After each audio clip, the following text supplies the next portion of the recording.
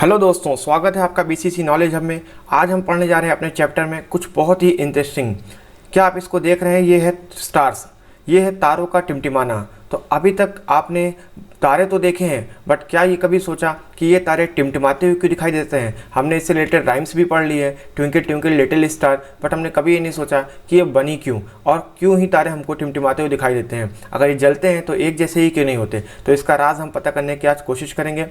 सबसे पहले देखिए, मैंने आपको अपवर्तन सिखाया है। अगर आपको याद हो कि अपवर्तन में किस प्रकार से प्रिज्म से या स्लैब से प्रकाश जो है वो विचलित हो जाता है और अपनी जगह से वो घूम जाता है। अगर आपको मैं फिर से याद दिला दूं तो ये कोई प्रकाश है, वो इस तरह से आके वो विचलित हो जाता है। तो अपवर्तन के ये नियम आप पहले ही पढ़ चुके हैं। तो देखिए, ये तारों का टिमटिमाना भी कहीं ना कहीं अपवर्तन में ही इसका राज छुपा हुआ है, यानी इसको वायुमंडलीय अपवर्तन कहते हैं। और आज जानने की कोशिश करते हैं कि वायुमंडलीय अपवर्तन क्या है या हमारे तारे क्यों टिमटिमाते हैं।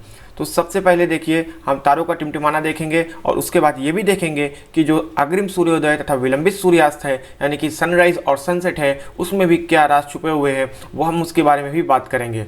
तो आप समझने की कोशिश करते हैं कि तारों का टिमटिमाना क्या है एक्चुअली। तो मान लीजिए कि ये हमारा पृथ्वी हो गई, ये हमारी अर्थ हो गई, और ये अर्थ का जो है वो एटमॉस्फेयर हो गया, ये अर्थ का जो है वो एटमॉस्फेयर हो गया, और यहाँ पे स्टार बना हुआ है। ठीक है, तो ये स्टार है और ये हमको टिमटिमाता हुआ क्यों दिखाई देता है, अब इसके बारे में हम जानने की कोशिश करते हैं। तो देखिए, सबसे पहले इस स्टार से रेज जो है वो नीचे की तरफ आएगी और ये नीचे की पृथ्वी की तरफ आएगी। मान लीजिए कि यहीं कहीं आप खड़े हुए हैं, यहाँ पे आप खड़े हुए हैं, तो आपको ये रेस दिख रही है। इसका मतलब आप ये सोचेंगे कि ये तारा यहीं पे है, मतलब ये स्टार यहीं पे है, क्योंकि हमको पता है कि किसी भी ऑब्जेक्ट से जब भी कोई प्रकाश जो है वो टकराकर हमारी आंखों में पड़ता है तो वही ऑब्जेक्ट हमको क्या है वो दिखाई देता है। तो ये हम पढ़ चुके हैं कि हमारे आइज़ में जो है वो प्रकाश जो है वो टकरा कर आना चाहिए।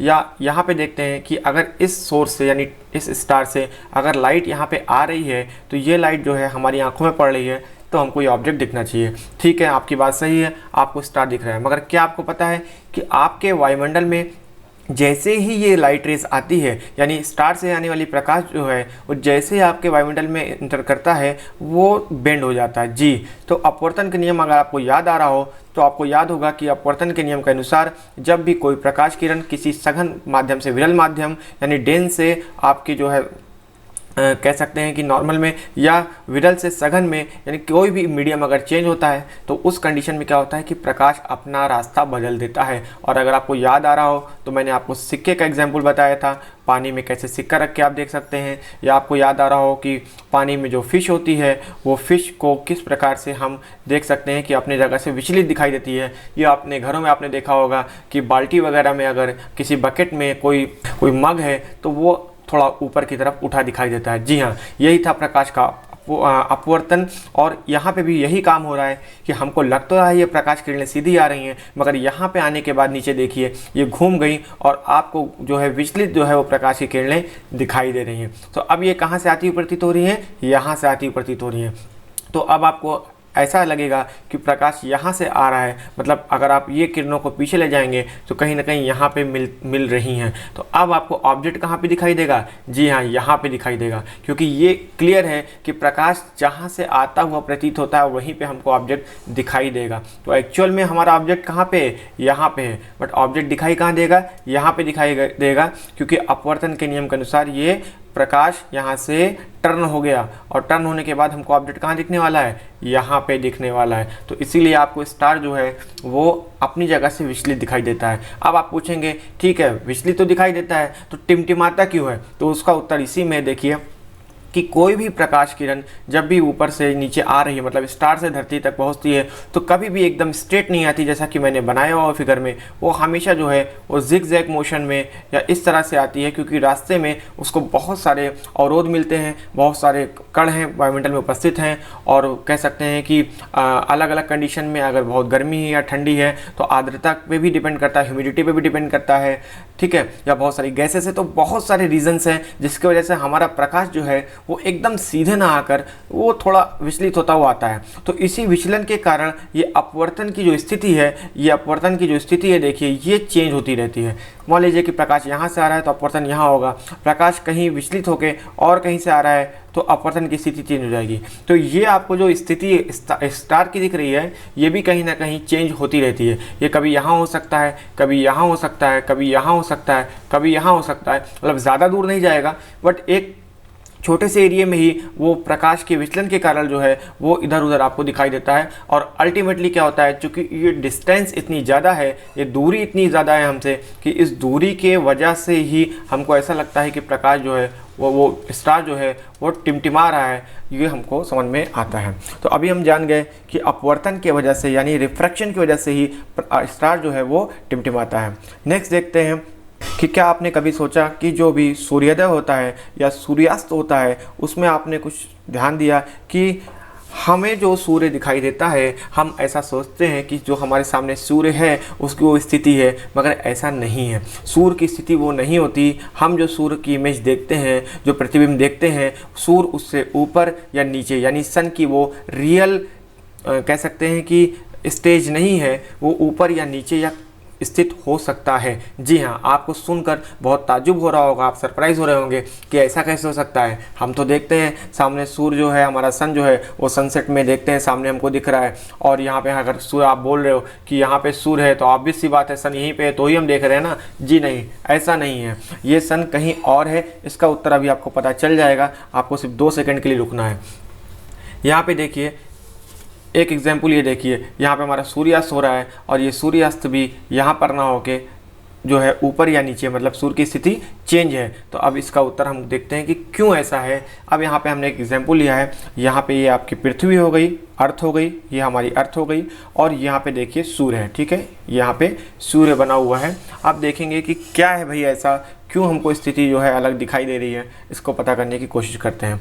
तो इसका भी राज कहाँ छुपा हुआ है, अभी आपने पढ़ लिया कहाँ पे, अपवर्तन में। जी, वायुमंडलीय अपवर्तन में। चलिए जानने की कोशिश करते हैं। यहाँ पे देखिए एक हमने हॉरिजॉन्टल लाइन खींच दिया, ठीक है, और यहाँ पे आपकी पृथ्वी हो गई, ये आपका पृथ्वी का वायुमंडल हो गया जिसमें गैसेस, बहुत सारे डस्ट पार्टिकल्स, बहुत सारे दूसरे परमाणु अणु, बहुत चीज़ें हो सकती हैं इसमें, ठीक है।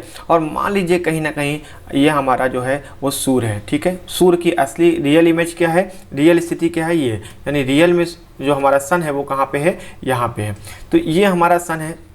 अब हम देखेंगे कि सन से जो लाइट आ रही है वो इस प्रकार से आएगी, ठीक है। ऐसे तो बहुत सी जगह लाइट जाएगी, हम मान लेते हैं कि 2 रेज जो है वो इस डायरेक्शन में आएगी, क्योंकि सन जो है ये लाइन के इस लाइन के नीचे है, हॉरिजॉन्टल लाइन जो है इसके नीचे है, यानी हॉरिजन कह सकते हैं, हॉरिजन के नीचे है। अब ऑब्वियस सी बात है कि ये जो हम अगर इधर कहीं हम खड़े हुए हैं, मतलब हमारी स्थिति यहाँ पे कहीं है, ठीक है, तो ऐसा मान लेते हैं कि हम यहाँ पे हैं, तो हमको लाइट जो यहाँ से आएगी, जो यहाँ से लाइट आएगी वो तो नहीं दिखेगी भाई, जो लाइट यहाँ से जा रही है ये लाइट हमको दिखेगी।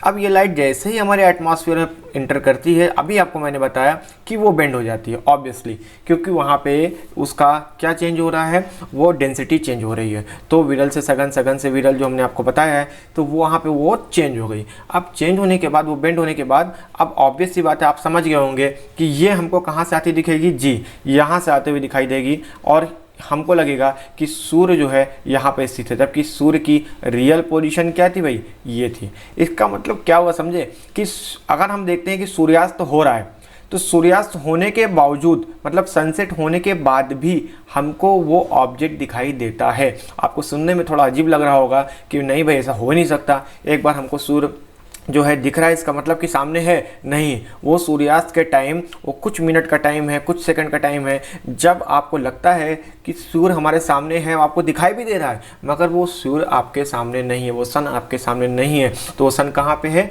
वो हॉरिजन के नीचे है, वो सन यहाँ पे है, मगर दिख आपको कहाँ पे रहा है, यहाँ पे दिख रहा है। किस वजह से, अपवर्तन की वजह से, क्योंकि ये रेज यहाँ से आ रही है और बेंड हो रही है। अगर ये रेज बेंड ना होती और कहीं सीधे निकल जाती ना, तो कोई इशू नहीं था, तो आपको सूर्य नहीं दिखने वाला था। मगर ये बेंड होकर लाइट कहाँ पे आ रही है, आपको यहाँ पे दिखाई दे रही है, और आपको ऐसा लगेगा कि सूर्य की इमेज कहाँ बन रही है, यहाँ बन रही है, और लगेगा ही नहीं, आपको दिखेगा भी। तो ये बहुत अच्छा कॉन्सेप्ट है। अगर हम उम्मीद करता हूँ कि आप समझ गए होंगे कि सूर्य उदय होने का या सूर्यास्त होने का क्या कॉन्सेप्ट है। तो सेम इसके उल्टा होता है जब हम ये सूर्यास्त की बात करें और जब हम सनराइज़ की बात करते हैं तो भी यही केस होता है कि सनराइज़ होने से पहले ही हमको सनराइज़ दिख जाता है, क्योंकि जब सूर्य यहाँ पे आता है तो आप समझ गए होंगे अब कि सूर्य की इमेज हमको यहाँ क्यों दिखाई देती है, क्योंकि वो पहले से यहाँ पे बेंड हो रही लाइट। तो इसी वजह से सनराइज़ और सनसेट जो है हमको कह सकते हैं कि वो सीडो सनराइज़ या सीडो सनसेट होता है, वो रियल नहीं होता है। आप जो देखते हैं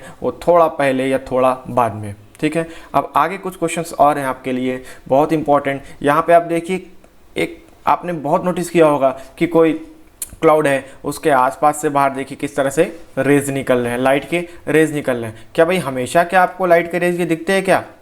नहीं, हमेशा आपको नहीं दिखते हैं। किसी किसी कंडीशन में लाइट के रेज हमको दिखते हैं, बहुत अच्छा दृश्य लगता है, हम तो मोबाइल निकाल के फ़ोटो वोटो भी खींचने लगते हैं। या कभी कभी आपने ध्यान दिया हो कि आपके घरों में जो खिड़कियों से लाइट रेज आती है वो भी आपको कभी कभी दिखाई देने लगती है। या घर में सफाई चल रही है और डस्ट बहुत ज़्यादा उड़ रहा है तो आप ध्यान दिए होंगे कि फिर वहाँ पर वो लाइट में आपको डस्ट भी दिखने लगता है और लाइट का पाथ आपको दिखने लगता है कि भाई लाइट ऐसे ट्रेवल कर रही आ रही है। यहाँ पर भी देखिए आपको लाइट का पूरा पाथ दिख रहा है, रास्ता दिख रहा है कि भाई लाइट यहाँ से निकल रही है, यहाँ जा रही है। ऐसा क्यों हो रहा है? क्या अभी आपने कभी आपने से क्वेश्चन किया?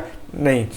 अब मैं आपको बताता हूँ ऐसा क्यों होता है। ये भी आप पढ़ चुके हैं कहीं ना कहीं, मैं आपको रिवाइज करा देता हूँ कि ये इसको बोलते हैं प्रकाश का प्रकीर्णन। क्या बोलते हैं? प्रकाश का प्रकीर्णन, या बोलते हैं स्कैटरिंग ऑफ लाइट। ये बहुत ही अच्छा कॉन्सेप्ट है, इसको ध्यान से समझिएगा और बहुत ही मज़ा आता है पढ़ने में।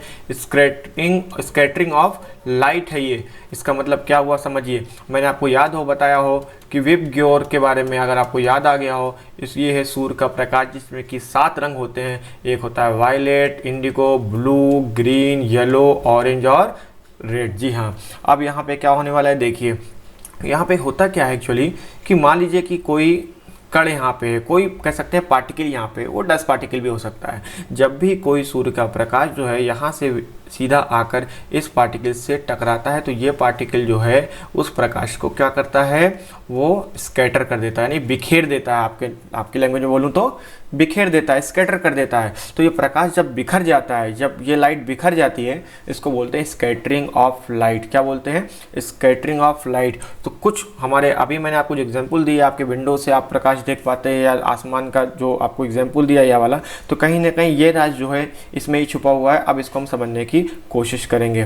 तो यही होता है स्कैटरिंग ऑफ लाइट, और स्कैटरिंग ऑफ लाइट को टिंडल इफेक्ट कहते हैं। क्या बोलते हैं? टिंडल इफेक्ट कहते हैं। और इसमें भी बहुत कुछ कॉन्सेप्ट है कि अगर कोई कण जो है वो छोटा है तो स्कैटरिंग ऑफ लाइट ज़्यादा होती है, अगर कोई कण बड़ा है तो स्कैटरिंग ऑफ लाइट कम होती है, और यहीं से वो प्रकाश जो है वो कम जो है स्कैटर होता है, और कोई कण छोटा है तो उसमें ज़्यादा स्कैटर होता है। अब इसको हम थोड़ा और समझने की कोशिश करेंगे और उसके बाद ये भी देखेंगे कि स्वच्छ आकाश का रंग नीला क्यों होता है, मतलब हमें आसमान नीला ही क्यों दिखाई देता है। ठीक है, ये दोनों ही क्वेश्चन हम अभी सॉल्व करते हैं। तो चलिए जानते हैं कि किस तरह स्कैटरिंग ऑफ लाइट वर्क करता है, ये टिंडल इफेक्ट क्या है, इसको और थोड़ा अच्छे से जानने की कोशिश करते हैं और फिर देखेंगे कि इसका नॉर्मल लाइफ में हम क्या एक्सपीरियंस करने वाले हैं। जैसे कि मैंने बताया कि आसमान का रंग नीला क्यों होता है, अब इसका जवाब हम ढूंढने की कोशिश करेंगे। यहाँ पे देखिए मैंने 2 कंटेनर्स लिए हैं, ये कंटेनर नंबर 1 हो गया, ये कंटेनर नंबर 2 हो गया। हमने एक काम किया, कंटेनर नंबर 1 पे हमने शुगर को मिला दिया, ठीक है, चीनी को मिला दिया, और कंटेनर नंबर 2 में हमने क्या मिला दिया, मिल्क को मिला दिया। अब आप देखेंगे कि जैसे आप इसमें शुगर मिलाएंगे, ये शुगर क्या है जाके डिज़ोल्व हो जाएगी और वो हमको दिखने वाली है, ठीक है, वो डिज़ोल्व हो जाएगी। अगर आपने ध्यान दिया हो कि आप जब भी शुगर किसी पानी में मिलाते हैं वो हमको दिखती नहीं है, वो प्रॉपर डिज़ोल्व हो जाती है, या कह सकते हो उसके कण बहुत ही छोटे होते हैं जो कि विजिबल नहीं होते हैं, तो बहुत ही छोटे कण होते हैं। ओके, अभी नेक्स्ट देखते हैं कि मिल्क की बात करते हैं। तो मिल्क में जब भी आप किसी चीज़ में मिलाएंगे तो सॉल्यूशन कैसा बनेगा, वो कैसा बनेगा, उसको बोलते हैं कोलाइडल सॉल्यूशन। क्या बोलते हैं? कोलाइडल सॉल्यूशन जी। और ये कैसा सॉल्यूशन बनेगा, ये एक्चुअली इसको सॉल्यूशन बोलते हैं और इसको कोलाइडल बोलते हैं। ये कोलाइडल फॉर्म में होगा और ये सॉल्यूशन फॉर्म में होगा, पूरी तरह डिज़ोल्व हो गया, ठीक है। अब ये होगा क्या कि जैसे ही आप मिल्क मिलाया और मिल्क बन गया कोलाइडल, शुगर बन गया सॉल्यूशन। अब मिल्क क्या आपको दिखेगा जी, दिखेगा क्या, ये आपको थोड़ा पानी का रंग भी आपको दूधिया या कुछ भी नॉन ट्रांसपेरेंट या सेमी ट्रांसपेरेंट जैसा दिखने लगेगा। तो ये मिल्क के पूरे पार्टिकल इसमें है। अब आप एक काम करिए, आप एक टॉर्च लीजिए और टॉर्च लेने के बाद साइड से, चूँकि ये सारे दोनों कंटेनर्स हमने ग्लास के लिए हुए हैं, ठीक है, तो हमने ये ले लिया और लेने के बाद यहाँ पे देखिए लाइट को जलाया। अब टॉर्च जो लीजिएगा बहुत ही उसकी कह सकते हैं कि थिन लाइट होनी चाहिए, या आप लेज़र लाइट वगैरह भी ले सकते हैं, तो आप अच्छे से एक्सपेरिमेंट कर सकते हैं। यहाँ पे जैसे ही आप ये लाइट को मारेंगे तो देखेंगे कि ये लाइट हमारी सीधी निकल जाती है, कोई चेंज आपको नहीं दिखने वाला है। मतलब ये लाइट जो है यहाँ से इसी प्रकार से निकल जाएगी, कोई ख़ास बदलाव आपको नहीं दिखेगा। मगर जैसे ही ये लाइट रेज आपकी अलग दूसरे कंटेनर में जो कि मिल्क है जिसमें उसमें इंटर करेगी तो आपको एक चेंज दिखने वाला है। ये क्या है भाई, ये किस तरह का चेंज है जी, ये इसको कहते हैं स्कैटरिंग। मतलब जो आपकी प्रकाश है, जो लाइट है, जैसे ही मिल्क वाले सॉल्यूशन में गया वहाँ पे लाइट जो है स्कैटर हो गया। मतलब इस कंडीशन में देखा जाए तो पार्टिकल इतने छोटे थे कि स्कैटरिंग ऑफ लाइट नहीं हुई। तो स्कैटरिंग ऑफ लाइट के लिए पार्टिकल का थोड़ा बड़ा होना चाहिए, क्योंकि ये लाइट हमारी कहीं ना कहीं इधर से ही पास होकर निकल जाती है, तो स्कैटरिंग होती ही नहीं। इस कंडीशन में, मिल्क वाले कंडीशन में पार्टिकल थोड़ा बड़ा था, यानी एक कह सकते हैं ऑप्टिमम साइज़ में था। जैसे ही लाइट आई तो लाइट पड़ने के बाद आगे गई और इस प्रकार से स्कैटर हो गई। तो लाइट की जो स्कैटरिंग है इसे, और कुछ लाइट जो है वो सीधे निकल जाती है जो कि यहाँ से बाहर आ जाएगी। तो कहने का मतलब है कि लाइट की स्कैटरिंग के लिए पार्टिकल साइज़ कैसा होना चाहिए। अगर आप बहुत छोटा पार्टिकल ले रहे हो तो स्कैटरिंग नहीं होगी, थोड़ा बड़ा पार्टिकल आपने ले लिया स्कैटरिंग होगी, जैसे मिल्क के साथ हुई। और बहुत बड़ा पार्टिकल ले लिया, आप कहोगे कि हमारे घर में सभी ऑब्जेक्ट से स्कैटरिंग क्यों नहीं होती, तो आपने बहुत बड़ा पार्टिकल ले लिया तो भी स्कैटरिंग की प्रॉपर्टी जो है वो नहीं दिखती आपको। तो स्कैटरिंग के लिए आपको कैसा सॉल्यूशन होना चाहिए, कोलाइडल सॉल्यूशन होना चाहिए, कोलाइडल सॉल्यूशन होना चाहिए, ठीक है। तो अभी मेरे ख्याल से आप स्कैटरिंग ऑफ लाइट का कॉन्सेप्ट समझ गए हैं। अब आपको बता दूं कि इसी कॉन्सेप्ट को टिंडल इफेक्ट कहते हैं। तो आप टिंडल इफेक्ट आप मेरे ख्याल से समझ गए होंगे, ये जॉन टिंडल साइंटिस्ट थे जिन्होंने ये बताया था, तो इसको ही टिंडल इफेक्ट कहते हैं। अब टिंडल इफेक्ट का आप सोच रहे होगे कि काम क्या है भाई, हम क्या टॉर्च लेके बैठेंगे और देखेंगे स्कैटरिंग हो रही है नहीं हो रही है, या हमारे घरों में जो हमको लाइट आपने बताया कि दिख रही है वो लाइट जो है पाथ दिखता है, तो हमको क्या इससे लेना देना भाई, हमको क्या काम है इसका। तो हमको बहुत सारा काम इसका ये है कि नेचर में जब आप देखेंगे तो आपको अपना आसमान कैसा दिखाई देता है, वो नीला दिखाई देता है। ये आपका हो गया स्काई, ये आपको कैसा दिखाई देता है, नीला दिखाई देता है। तो कभी आपने सोचा भाई हमारा आसमान नीला ही क्यों दिखाई देता है, कोई और कलर क्यों नहीं दिखता है। तो चलिए जानने की कोशिश करते हैं कि हमारे आसमान का रंग नीला क्यों होता है। उससे पहले मैं आपको बताता हूँ, आपको याद है कि विबग्योर के बारे में अभी हम बात कर रहे थे कि विबग्योर जो है इसमें कितने कलर होते हैं, टोटल 7 कलर होते हैं जी, इसमें 7 कलर होते हैं। और इसमें जो वेवलेंथ होती है, वेवलेंथ भी मैं आपको याद दिला दूँ कि वेवलेंथ मैंने आपको बताया था कि इस प्रकार से प्रकाश जो है वो ट्रेवल करता है, यानी लाइट जो है वो इस प्रकार से वेव के फॉर्म में वो ट्रेवल करती है। जैसे कि आप किसी रस्सी को लीजिए और रस्सी को एक किनारे से पकड़ के आप झटकना शुरू करिए तो वो क्या होता है कि वो इस तरह से वेव बनाना स्टार्ट कर देती है। तो ऐसे ही हमारे प्रकाश की किरणें भी चलती हैं। इसमें जो देखा जाए कि जो वेवलेंथ होता है, यानी वेवलेंथ जो है सबसे ज़्यादा, ये मैंने आपको पहले ही बताया, इसको वेवलेंथ बोलते हैं। और वेवलेंथ जो है वायलेट के लिए सबसे कम होता है और रेड के लिए वो सबसे ज़्यादा होता है। यानी सभी प्रकाश के लिए वेवलेंथ जो है वो अलग अलग होता है और यहाँ से इंक्रीज होता रहता है। अब आपका क्वेश्चन आएगा कि भाई इसके स्कैटरिंग से क्या मतलब है इसका। जी मैं आपको बताता हूँ कि स्कैटरिंग जब आप देखोगे तो स्कैटरिंग उन प्रकाश किरणों की ज़्यादा होती है, उन लाइट रेस की ज़्यादा होती है जिनका वेवलेंथ जो है वो कम होता है। मतलब अगर देखा जाए तो वायलेट, इंडिगो, ब्लू, इनकी जो है स्कैटरिंग ज़्यादा होगी क्योंकि इनका वेवलेंथ कम है। जी हाँ, तो अब आप देखिए कि वायलेट कलर का हमको प्रकाश आसमान क्यों नहीं दिखता भाई। मैं आप तो बोलेंगे कि इसकी तो वेवलेंथ सबसे कम है तो इसकी स्कैटरिंग ज़्यादा हो रही है, और ये स्कैटरिंग होने के बाद ही जो है प्रकाश हमारी आंखों में वो पड़ रहा है। ठीक है, आपको पता है कि कोई भी ऑब्जेक्ट हमको क्यों दिखाई देता है, क्योंकि जिस कलर का प्रकाश हमारी आंखों में जाता है वो हमको ऑब्जेक्ट दिखाई देता है। तो अब आप बताइए कि यहाँ पे वायलेट क्यों नहीं दिखाई देता, क्योंकि वायलेट जो है वो प्रकाश किरणों में अगर आप देखेंगे वाइट लाइट में वो सबसे कम होता है। ठीक है, यानी सूर्य की जो वाइट लाइट है उसमें देखेंगे तो वायलेट जो है वो सबसे कम मात्रा में प्रेजेंट होता है। अब नेक्स्ट हम बात करते हैं कि इंडिगो और ब्लू, ये दोनों जो है यही मिलके जो है वो आकाश का नीला रंग बनाते हैं, जो कि इस पार्टिकल की तरह जो है वो स्कैटर हो जाते हैं और वो नीला रंग बनाते हैं। इसको और समझने की कोशिश हम करेंगे। ये हमारा सूर्य हो गया और यहाँ से जो है वो प्रकाश आ रहा है। तो जैसे ही ये प्रकाश जो है हमारे वायुमंडल में इंटर करता है, आप देख रहे हैं यहाँ पे मैंने एटमॉस्फेयर आपका बनाया हुआ है, यहाँ पे एटमॉस्फेयर है, ये हमारी चूँकि अर्थ है, ठीक है, ये हमारी अर्थ है। और जैसे ही ये एटमॉस्फेयर में इंटर करेगा वहाँ पे इसकी स्कैटरिंग स्टार्ट हो जाती है। यहाँ पे प्रकाश किरणों जो है वो बहुत सारी गैसेस हैं, बहुत सारे डस्ट पार्टिकल्स हैं और दूसरे पार्टिकल्स इनके द्वारा स्कैटर होते हैं और हमारे तक क्या पहुँचता है, ब्लू इंडिगो का मिक्सचर पहुँचता है, जिसके कारण हमारी आंखों में जो पड़ रहा है ये आकाश का रंग जो है वो हमको नीला दिखाई देने लगता है। ठीक है, अब ये हमको पता चल गया कि आकाश नीला क्यों होता है। नेक्स्ट क्वेश्चन आता है कि सूर्यास्त या सूर्योदय के समय यानी सनराइज या सनसेट के समय आसमान जो है वो हमको रेडिश और ऑरेंजिश कैसा दिखने लगता है। तो उसका भी उत्तर देखिए यहीं पे है कि जैसे ये कोई सूर्य जो है वो यहाँ पे सूर्योदय की स्थिति में आता है, तो इस कंडीशन में होता क्या है, जैसे ही कोई सूर्य जो है वो हॉरिजन की स्थिति में आता है, तो वहाँ से देखिए जो प्रकाश की किरणें हैं वो बहुत ही लंबा सफ़र तय कर रहे हैं। आपको दिखाई दे रहा होगा वो यहाँ से लेके यहाँ से स्टार्ट हुई है और यहाँ से लेके वो यहाँ से होते हुए यहाँ तक जा रही है। इसका मतलब कि एटमॉस्फेयर में ज़्यादा वो ट्रैवल कर रही हैं और ज़्यादा ट्रैवल होने की वजह से उनका स्कैटरिंग ज़्यादा हो रही है और स्कैटरिंग होने की वजह से उसमें जो प्रकाश की किरणें बचती हैं उसमें ज़्यादातर जो कलर होता है वो येलो, ऑरेंज और रेड का ही बचता है। बाकी सब स्कैटर हो जाते हैं यानी सबका प्रकीर्णन हो जाता है, जिसके वजह से हमको आसमान का कलर ऑरेंजिश या रेडिश दिखने लगता है। तो ये हो गया, हमको पता चल गया कि आसमान का रंग नीला क्यों होता है। नेक्स्ट हम देखते हैं कि एक यहाँ का आपको प्रैक्टिकल दिया हुआ है जो कि टिंडल इफेक्ट पे भी ही डिपेंड कर रहा है। यहाँ पे एक अभिसारी लेंस यानी उत्तर लेंस आपको लेना है और वो प्रैक्टिकल करके देखना है कि किस प्रकार से स्कैटरिंग हो रही है। ये आसान है, मैंने जो आपको कॉन्सेप्ट बता दिया उस पर ही बेस्ड है। बाकी तब तक के लिए पढ़ते रहिए और नेक्स्ट उसमें लेक्चर में मिलूंगा तो आपको अभ्यास यानी एक्सरसाइज जो है वो प्रैक्टिस करने को बताऊंगा कि कैसे करना है। अपना ख्याल रखिए, धन्यवाद।